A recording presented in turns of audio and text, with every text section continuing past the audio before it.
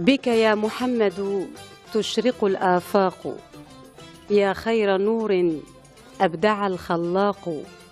لم يكتحل طرف بمثل بهائه، وبمثل نور جبينه الأحداق. في عيد مولدك الشريف تلألأت هذه الربوع وكلها إشراق. يا من به ختم النبوءة ربنا، وتكاملت بكماله الأخلاق.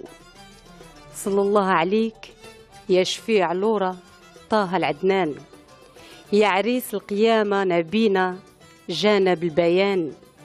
مرحبا في